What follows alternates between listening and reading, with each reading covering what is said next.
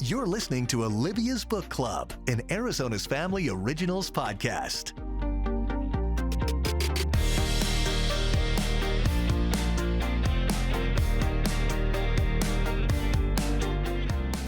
Hey everybody, and welcome to Olivia's Book Club, the podcast, and I'm your host, Olivia Fierro, and we have a lot of energy right now because we're very excited to have our guest this week joining us IRL, that is in real life. No Zoom required. It is very exciting here in our Phoenix studio. So Amina Akhtar is here to talk about her second novel, which is Kismet. And the LA Times and USA Today, by the way, both put it on their summer reading list. Very impressive and very worthwhile. I couldn't agree more. It's about a New Yorker named Ronnie who relocates to Sedona to a new life surrounded by the red rocks, the crystals, and all of the wellness gurus. And only to find, inconveniently, someone is killing off these wellness community members. And that can kind of get in the way of your zen. So, Amina, I imagine you are experiencing a very similar story to Ronnie's, maybe minus the murders, because you, too, are a relocated New Yorker. Welcome to Arizona. Thank you for having me, Olivia. I'm very happy to be here. And yeah, there was a bit of a culture shock when I moved here about 6 years ago from, Manhattan to be with my dad up in Cottonwood. So I'm not even in Phoenix.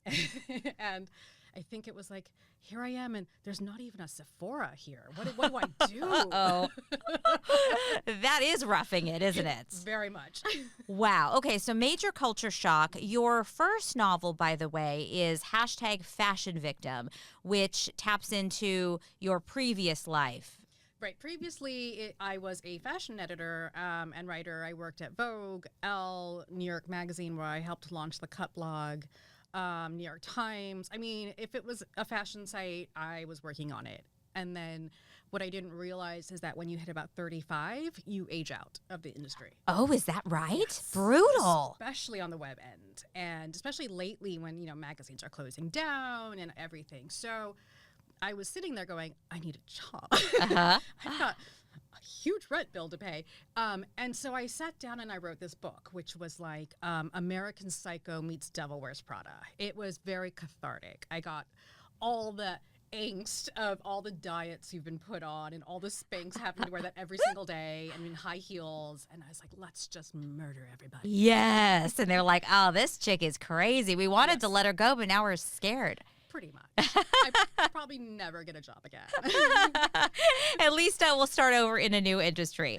So that really got a lot of great critical acclaim and was very well received. And so in the course of all of that, you make a big life change and you start working on Kismet. Yeah. So I moved to Cottonwood and I'm sitting there and I'm thinking, I would be an idiot if I don't set a book here because it is so unbelievably beautiful. We all know. We've all been to Sedona. And so I kept thinking, well, the way my brain works is look at this beautiful view. I bet you could bury a lot of bodies here. So she's demented, isn't she? Just a little. It's not the first thing everybody thinks of when they're looking at Bell Rock or whatever. No, it's just me thinking, I bet if you dropped a body, something would happen. There are some serious secrets out here, and with all the animals to clean up your business, it could be the perfect spot.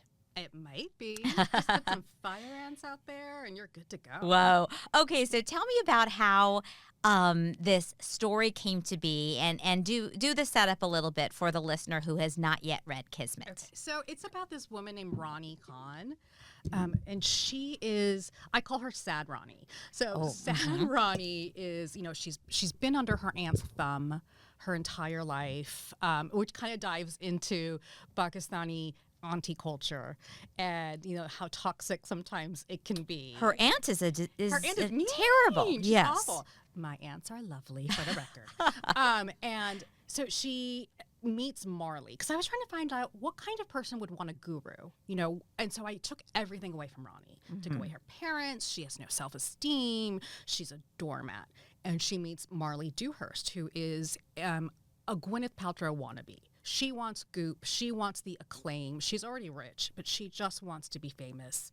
So she takes Ronnie under her wing and says, let's go to Sedona. And they do. And so then they're hiking, and this is not a spoiler, this is what it opens up on, and they come across body parts as they're hiking. And we come to find out that somebody is killing people in the wellness community, but they're targeting the scammers, not the people who are trying to help people, but the ones who are trying to make a buck and, put one over on everybody. So Ronnie has to stay alive, figure out who it is, and not lose her mind. Mm-hmm. And throughout this journey, she becomes empowered eventually. It takes her a bit. She changes a lot, obviously, during the course of this. And the environment is such an important character. The setting is so alive, literally, in the course of this book, including the animals and the presence of the power that they have and the connection that people who are truly spiritually open and in tune with their environment can tap into and feel. So is that your experience? How has life in this area, and I know you're a little outside of Sedona, but it is so unique. I think it's unlike any other place. And I find I can't even sleep there. The vortex stuff it's all real to me. It's also so quiet. Yes. So like when I first moved, I was like, Dad, it's so quiet. And now at night, I have the coyotes just shrieking outside my window every night, which I actually am very used to. So when I go back to New York, I can't sleep. It's too loud. But so I kept wondering, how can I pull in the natural world, because that's the draw, right? You're coming up to Sedona, you're coming up to northern Arizona to be in nature, to even see the animals, and it was important to me to have them be present, but I didn't want it to be like every chapter, here's a javelina, oh, it's so pretty. So I was walking on my driveway one day and I was thinking about it. I'm like, how do I do this? And we have these, the huge ravens. We've got ravens that are taller than my tiny little dog, and one of them dropped a feather right at my foot. And I was like, oh, let me take this as a very literal sign. And I created chapters where the ravens have their own point of view. They're like a Greek chorus. They're angry at humans for taking their habitat. Mm-hmm. Because, when I'm living out here, I'm seeing more houses are being built around us because we're really in the wild. Mm-hmm. And there's, the animals are losing their habitats. People are fencing off their land. And, we haven't fenced off because we want to make sure the animals have a place to run through, because they literally run through our yard every single day.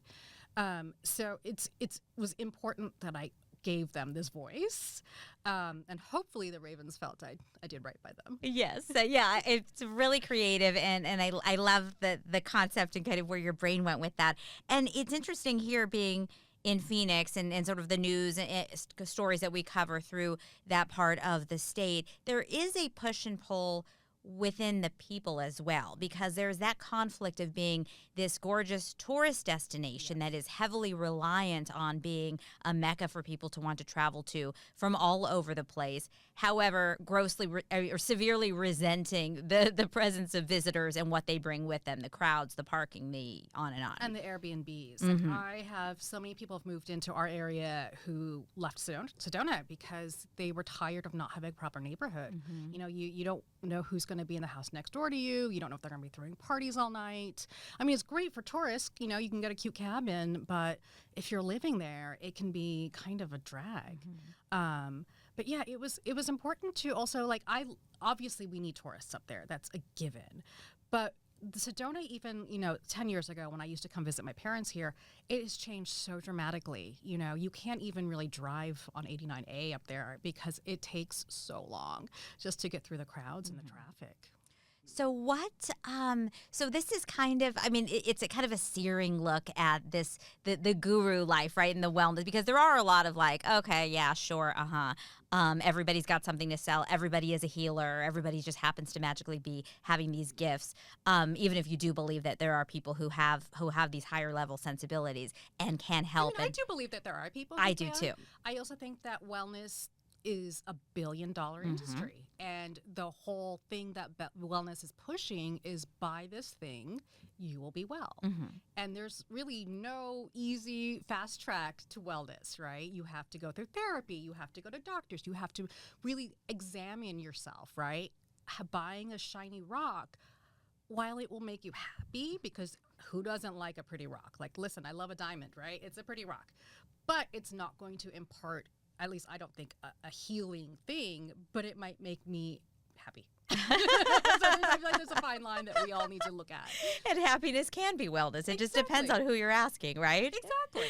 So what have you, in the course of your time, whether it was in your life just in general or in researching Kismet and the characters that we're going to get involved in here, Marley and the twins and all the other people who have this the healing center, what have you taken part in? Have you...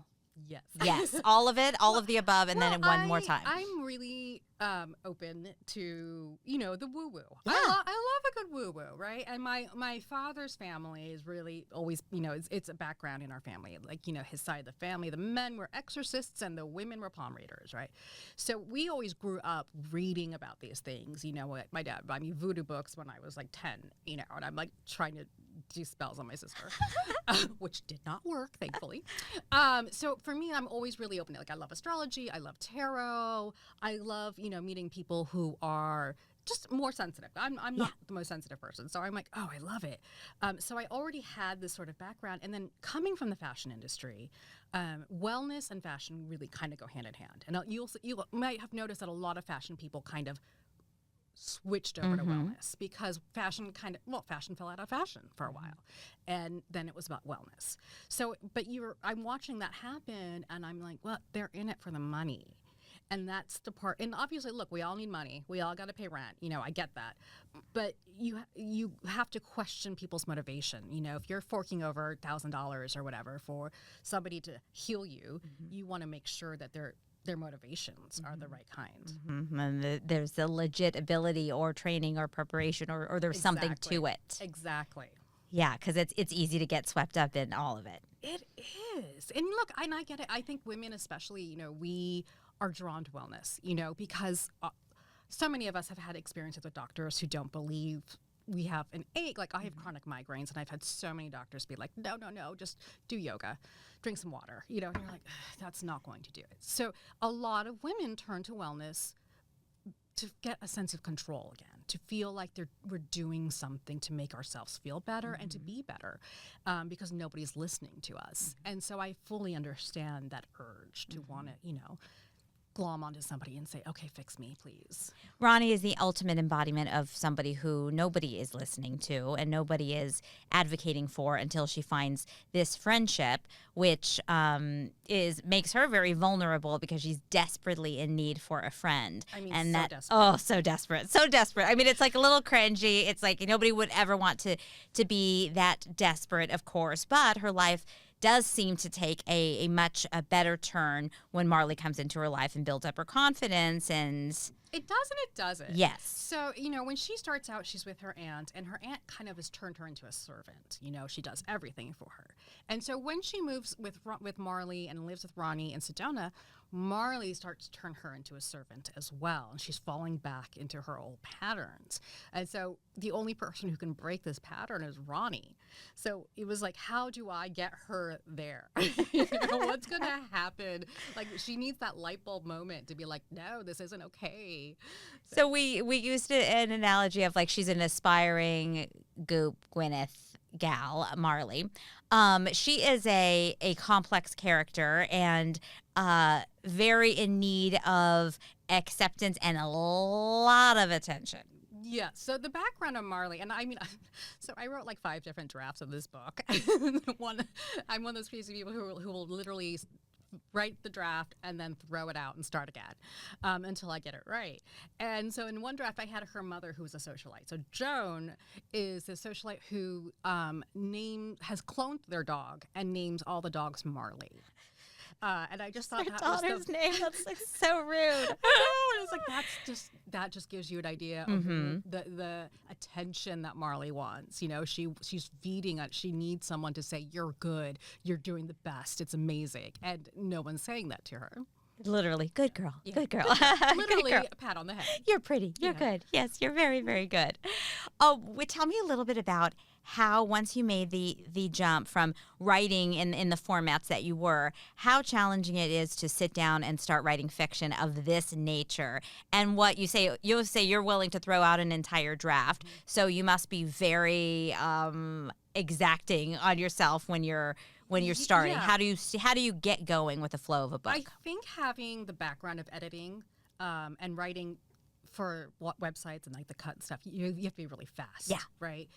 So I think having that editor's eyes helped me in that, when I wrote Fashion Victim, I had no idea what I was doing. I was like, I don't know how to write a book. I've only written blog posts. Like, this is crazy. But, what else was I going to do? I was sort of thinking, I have no skills. I'm a fashion editor. Like, what are my, like, I don't know what to do with myself. So, I literally would write down 500 words. And that would be it. And then I would write another 500 and another, and I would get to it.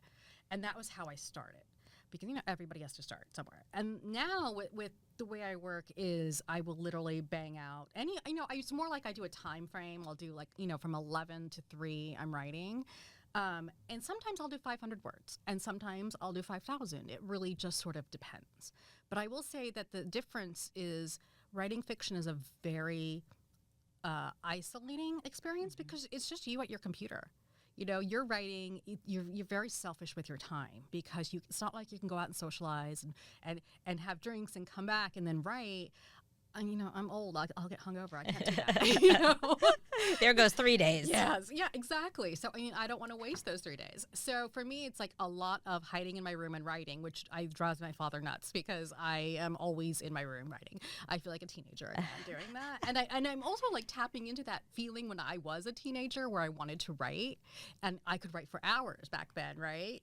So I'm trying to get back into that feeling that I used to have, where anything is possible. And I think mostly the biggest difference is the mind shift, where as opposed to telling myself, oh, I can't do that, that's not my kind of writing, I say, okay, let me figure out how to do this.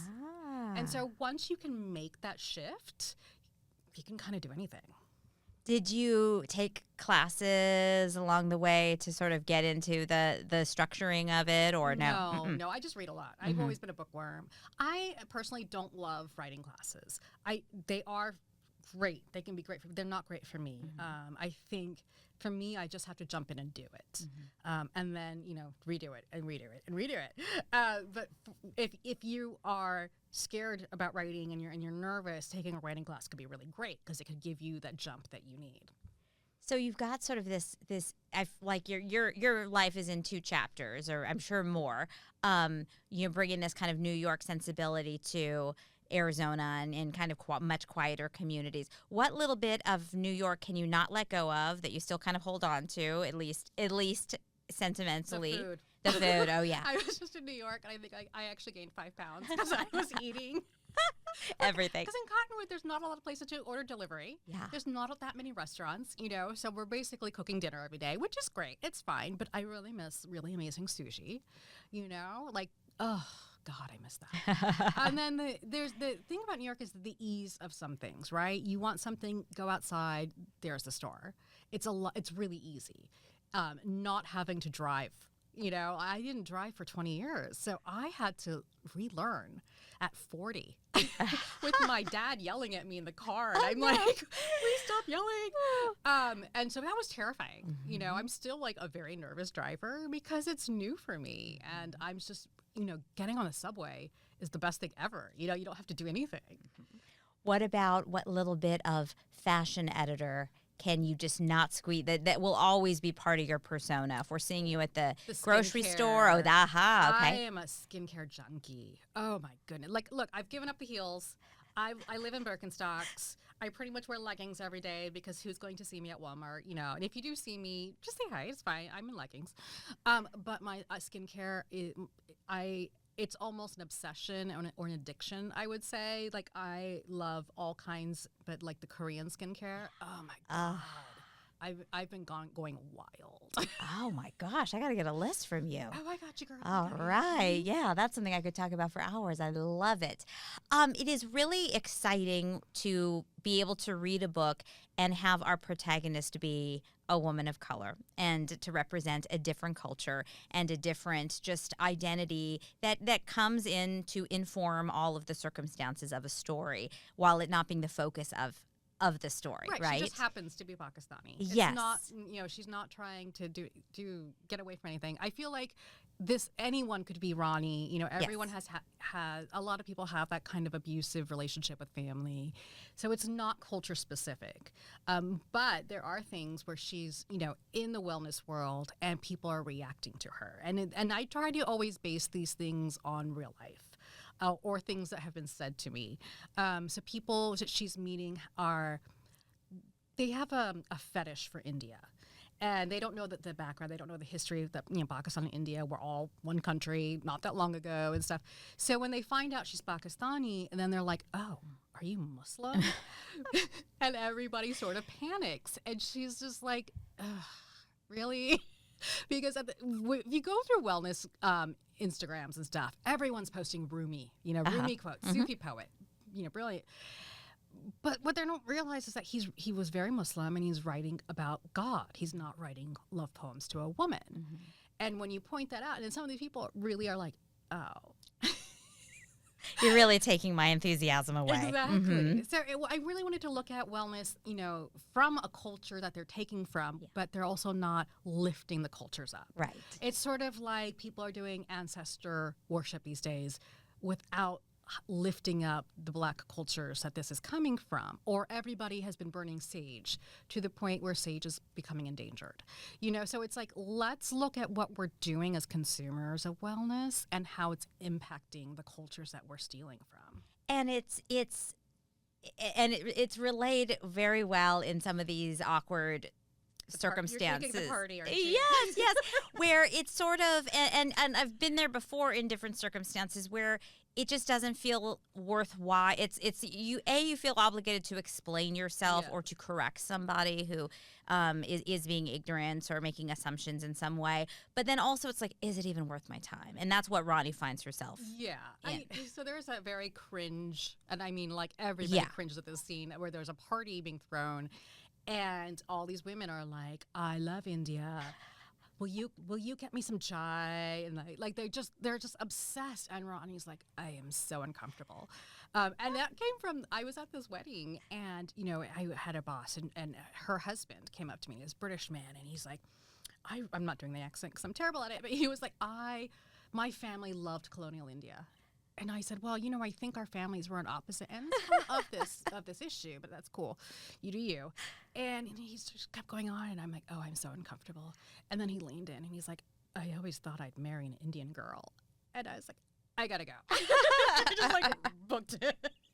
So that was kind of in my head as I was writing that scene. I think also it's like, sometimes you feel like you're Google, right? People want to ask you a million questions, right. And you're like, you guys can look it up. You're going to be my one source that is going to represent every single thing about your culture. We're not a monolith. We're all very different. So it's like, okay, thanks. So you said you're already in your draft for your book. I'm in edits. Oh, you're in edits already for novel number 3. Can you give me a tiny little tidbit of what's that? So my father's family has a history of supernatural stuff. We're talking about jinn, and not the alcohol, like DJINN or JINN. And, there were all these stories that, I didn't get lullabies. I got these weird stories about the jinn in the house and the things they were doing. So I always grew up believing in this. And so I'm writing this book now where the main character is very assimilated, very American, doesn't believe, not spiritual, like just totally shut that part of her life off. And she may or may not be haunted by a jinn. And she doesn't believe in that. So it's really about her journey. It's always a journey. And what happens, because it starts off with, that she's disappeared. And so we're trying to figure out what happens to her. So it's told from her point of view. It's told from her 5-year-old when she's 5. And it's also told from a podcast. Nice. Oh, I can't wait for that. Yes. I just have to finish it. Just, little details. Tiny thing. Yeah. Little details. Yeah. Well, it has been a real pleasure to be able to speak with you. Thank you. I really enjoyed the book. And I love, this is a setting that I enjoy so much. And you mentioned at the beginning, you were trying to dig deep into who would want a guru or who would want somebody like Marley. And I find that to be very relatable. I'm like a sucker for all things. So I would easily be like wrangled into a cult at like a moment's notice. I mean, I wouldn't mind starting a cult. Because then they work for you. But every time I'll watch these documentaries and, be like, oh, how did these people get in? There was the Tilda Swan. There was In the Deep or whatever. Just watch it. And then I listen to the podcast. I'm thinking, and the whole premise is how do people get caught up in this? And I'm thinking, well, I'd be intrigued in exploring this. And also, I think people who are the wannabe gurus are really good at exploiting things that people are wanting. Like Ronnie. When she's at the beginning, she feels like a fish out of water. And I felt like that when I was 18 and I moved from El Paso, Texas to New York, and everybody was super sophisticated. And I was like, hi, I don't know anything.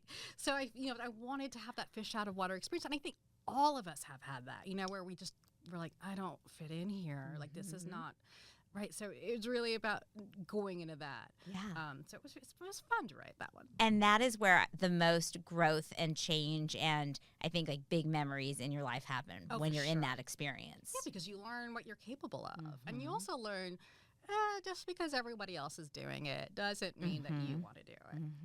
My fish out of water was I grew up in Los Angeles, and then I moved for my first reporting job, and it was to Amarillo, Texas. And I took the job over the phone, and it was, a slight culture shock. My brother-in-law is from Hart, which is right by Amarillo, so yes. So yes, you know.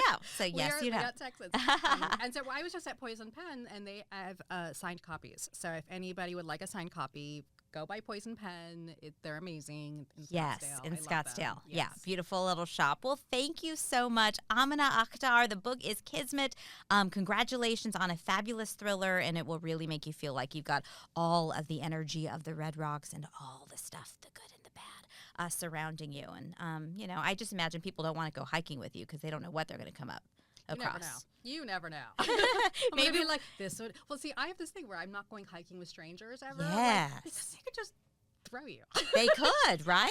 Am I the only one who's paranoid enough to think that? I don't know. No, I could think the same thing. We'll go together. I think maybe we'll be safe. Okay, we'll hold hands. We'll be fine. The book is out now. Congratulations. Thank you.